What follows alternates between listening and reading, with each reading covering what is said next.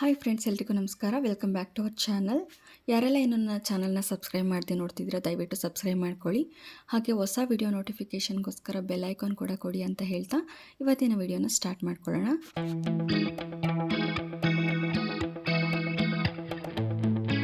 ತುಂಬ ದಿನದಿಂದ ಗೋಬಿ ಮಾಡಿಕೊಡಿ ಅಂತ ಕೇಳ್ತಿದ್ದ ನನ್ನ ಮಗ, ಹಾಗಾಗಿ ಗೋಬಿ ಮಾಡ್ಕೊಳ್ತಾ ಇದ್ದೀನಿ ಈವ್ನಿಂಗ್ ಸ್ನ್ಯಾಕ್ಸ್ಗೋಸ್ಕರ.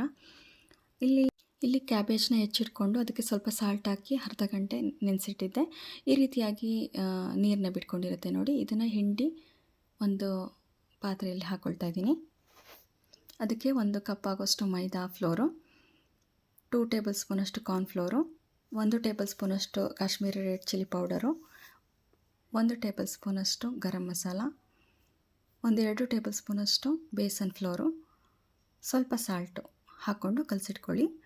ಇದಕ್ಕೆ ಸೋಡಾ ಹಾಕೋ ಅವಶ್ಯಕತೆ ಇಲ್ಲ. ಕ್ರಿಸ್ಪಿಗೋಸ್ಕರ ಈ ರೀತಿಯಾಗಿ 1-2 ಟೇಬಲ್ ಸ್ಪೂನಷ್ಟು ಆಯಿಲ್ನ ಬಿಸಿ ಮಾಡಿಕೊಂಡು ಹಿಟ್ಟಿಗೆ ಈ ಥರ ಹಾಕ್ಕೊಂಡು ಮಿಕ್ಸ್ ಮಾಡ್ಕೊಳ್ಳೋದ್ರಿಂದ ಕ್ರಿಸ್ಪಿಯಾಗಿ ಬರುತ್ತೆ ಗೋಬಿ.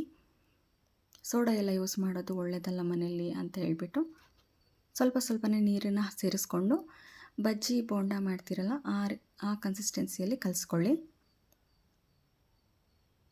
ಕೈಯಲ್ಲೇ ಈ ರೀತಿಯಾಗಿ ನೀಟಾಗಿ ಮಿಕ್ಸ್ ಮಾಡ್ಕೊಳ್ಳಿ. ಒಂದು ಕಡಾಯಲ್ಲಿ ಎಣ್ಣೆನ ತಗೊಳ್ತಾ ಇದ್ದೀನಿ ಗೋಬಿನ ಫ್ರೈ ಮಾಡಲಿಕ್ಕೆ. ಎಣ್ಣೆ ಕಾದ ನಂತರ ಈ ರೀತಿಯಾಗಿ ಚಿಕ್ಕದಾಗಿ ಗೋಬಿನ ಹಾಕ್ಕೊಳ್ಳಿ.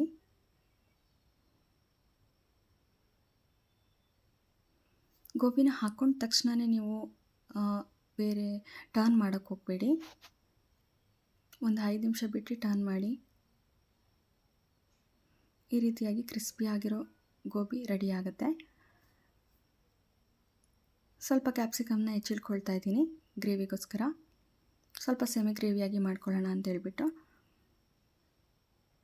ಒಂದು ಆನಿಯನ್, ಮೀಡಿಯಮ್ ಸೈಜ್ನ ಆನಿಯನ್ನ ತೊಗೊಂಡಿದ್ದೀನಿ. ಇದನ್ನು ನೀಟಾಗಿ ತೊಳೆದೇ ಯೂಸ್ ಮಾಡಿ ಫ್ರೆಂಡ್ಸ್. ನೋಡಿ, ಫಂಗಸ್ ಇರುತ್ತೆ. ಇದು ನೀಟಾಗಿ ಬಿಸಿಲಲ್ಲಿ ಒಣಗಿಸ್ದೇ ಇರೋದ್ರಿಂದ ಈ ಥರ ಫಂಗಸ್ ಬಂದಿರುತ್ತೆ. ವಾಶ್ ಮಾಡಿನೇ ಯೂಸ್ ಮಾಡಿ.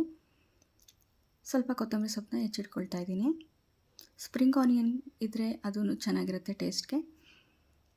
ಇಲ್ಲಿ 1 ಕಪ್ಗೆ 2 ಸ್ಪೂನ್ ಆಗೋಷ್ಟು soya sauce, sweet and spicy tomato ಕೆಚಪ್ನ ತೊಗೊಳ್ತಾ ಇದ್ದೀನಿ ನಾನಿಲ್ಲಿ 2 ಟೇಬಲ್ ಸ್ಪೂನ್ ಆಗೋಷ್ಟು.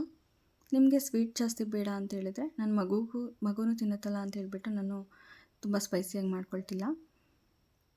1 ಟೇಬಲ್ ಸ್ಪೂನ್ ಕಾರ್ನ್ಫ್ಲೋರು, 1/2 ಟೇಬಲ್ ಸ್ಪೂನಷ್ಟು ಗರಂ ಮಸಾಲ, ಇಷ್ಟನ್ನು ಹಾಕ್ಕೊಂಡು ಲಮ್ಸ್ ಇಲ್ಲದೆ ಮಿಕ್ಸ್ ಮಾಡ್ಕೊಳ್ಬೇಕು. ಸ್ವಲ್ಪ ನೀರನ್ನು ಸೇರಿಸ್ಕೊಂಡು ಮಿಕ್ಸ್ ಮಾಡ್ಕೊಳ್ಳಿ. ಯಾಕಂದರೆ ಇಷ್ಟನ್ನೇ ಹಾಕೋದ್ರಿಂದ ತುಂಬ ತಿಕ್ಕಾಗಿಬಿಡುತ್ತೆ. ಸ್ವಲ್ಪ ಸೆಮಿ ಗ್ರೇವಿ ಇರಲಿ ಅಂತ ಮಾಡ್ಕೊಳ್ತಾ ಇದ್ದೀನಿ. ನಿಮಗೆ ತುಂಬ ಸ್ಪೈಸಿಯಾಗಿರಬೇಕು ಅಂತ ಹೇಳಿದ್ರೆ ಸ್ವಲ್ಪ ಖಾರದ ಪುಡಿನ ಜಾಸ್ತಿನೇ ಹಾಕ್ಕೊಳ್ಳಿ. ಇದು ಕಲರಿಗೋಸ್ಕರ ಹಾಕ್ಕೊಳ್ತಿರೋದು ಕಾಶ್ಮೀರಿ ರೆಡ್ ಚಿಲ್ಲಿ ಪೌಡರು. ಈ ರೀತಿಯಾಗಿ ಲಮ್ಸ್ ಫ್ರೀಯಾಗಿ ಮಿಕ್ಸ್ ಮಾಡ್ಕೊಳ್ಬೇಕು. ಈಗ ಅದೇ ಕಡಾಯಲ್ಲಿ ನಾನು ಸ್ವಲ್ಪ ಆಯಿಲ್ನ ತೆಗೆದಿಟ್ಬಿಟ್ಟು ಫ್ರೈಗೆ ಎಷ್ಟು ಬೇಕು ಅಷ್ಟನ್ನು ಆಯಿಲ್ನ ಬಿಟ್ಕೊಂಡು ಅದಕ್ಕೆ ಕ್ಯಾಪ್ಸಿಕಮ್ ಮತ್ತು ಆನಿಯನ್ ಹಾಕ್ಕೊಂಡು ಫ್ರೈ ಮಾಡ್ಕೊಳ್ತಾ ಇದ್ದೀನಿ.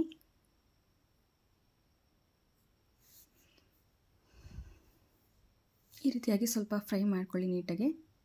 ಇದಾದ ನಂತರ ಮಿಕ್ಸ್ ಮಾಡಿ ಇಟ್ಕೊಂಡಿದ್ನಲ್ಲ ಆ ಗ್ರೇವಿಗೋಸ್ಕರ ಅದನ್ನು ಸೇರಿಸ್ಕೊಳ್ತಾ ಇದ್ದೀನಿ.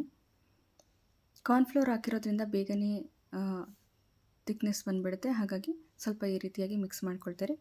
ಇವಾಗಲೂ ನೀರು ಬೇಕಂದರೆ ನೀವು ಸೇರಿಸ್ಕೊಳ್ಬೋದು, ತುಂಬ ಗಟ್ಟಿ ಆಗ್ತಿದೆ ಅಂತ ಹೇಳಿದರೆ. ಇದು ಕರೆಕ್ಟಾಗಿದೆ.